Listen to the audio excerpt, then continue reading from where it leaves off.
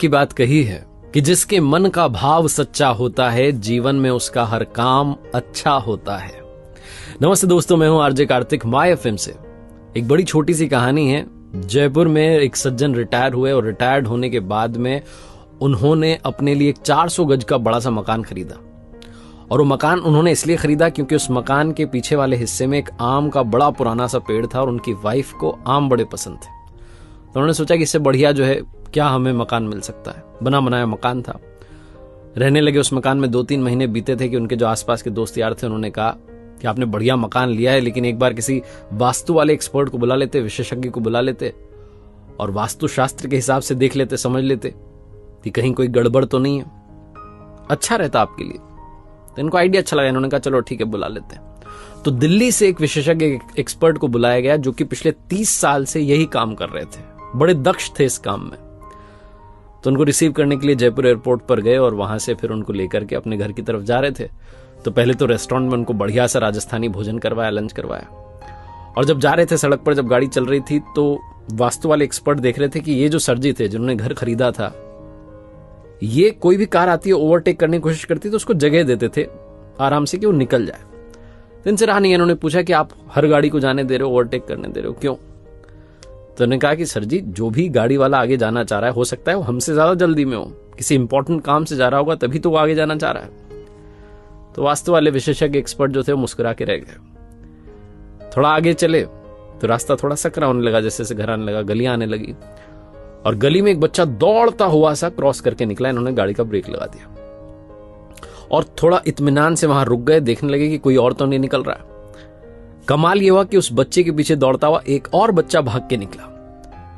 अब की बार फिर से रहा नहीं गया। वास्तु वाले विशेषज्ञ ने पूछा कि आपको कैसे पता था कि एक और बच्चा निकलेगा? तो उन्होंने कहा कि अरे सर, आपको पता हुआ ना, बचपन में हम खेलते थे तो अकेले थोड़ा ना खेलते थे, हम ऐसे मस्ती में अकेले थोड़ी दौड़ते थे, कोई ना कोई हमारे साथ खेल रहा होता था। तो मुझे लगा कि ये बच्चा दौड़ के गया, मतलब जरूर इसका कोई पीछा कर रहा है, बच्चा इसके साथ खेल रहा है, तो बस उसी का इंतजार कर रहा था, हमें कौन सा जल्दी है। दूसरा बच्चा निकल गया, अब हम चलते हैं आराम से। फिर से वास्तु वाले एक्सपर्ट मुस्कुराए। जब घर के पास पहुंचे, दरवाजे पर गार्ड ने दरवाजा खोला, गाड़ी अंदर जैसे ही पहुंची तो देखा कि 7-8 पक्षी पीछे की तरफ से उड़ करके जा रहे हैं उस पेड़ के ऊपर से। तो इन्होंने वास्तु वाले विशेषज्ञ से कहा, सर जी ने, कि आप गाड़ी में बैठे रहिए, उतरिएगा मत। बोले क्यों? बोले वो पीछे से पक्षी उड़ के गए, मतलब कि पीछे बच्चे आए हुए हैं और बच्चे आम लेने के लिए आए होंगे बड़े प्यार से, तो वो आम ले लें, चले जाएं अपने अपने घर में, उसके बाद हम उतरेंगे, वरना वो हड़बड़ाहट में उन्हें लगेगा कि घर का मालिक आ गया, वो हड़बड़ाहट में उतरेंगे, चोट लग सकती है।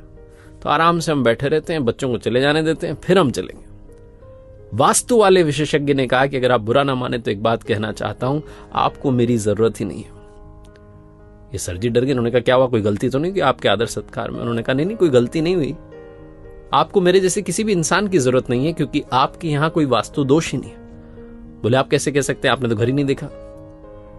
तो विशेषज्ञ जो थे, एक्सपर्ट थे, उन्होंने कहा कि अरे सर, मैंने आपको पूरा नोटिस किया, आपके व्यवहार को नोटिस किया।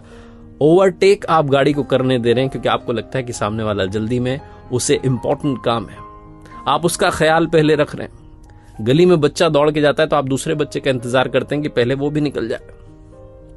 और यहां घर आए तो आप इस बात की प्रतीक्षा कर रहे हैं कि जो बच्चे आपके आंगन में से आम चुराने आए हैं, जिन्हें आप कह रहे हैं कि प्यार से आम ले जाने आए हैं, वो चले जाए, उनको कहीं चोट ना लग जाए। जो इंसान अपने से पहले दूसरों की खुशी का ख्याल रख रहा है, उसके घर में, उसके आंगन में किसी भी तरीके का कोई वास्तु दोष हो ही नहीं सकता।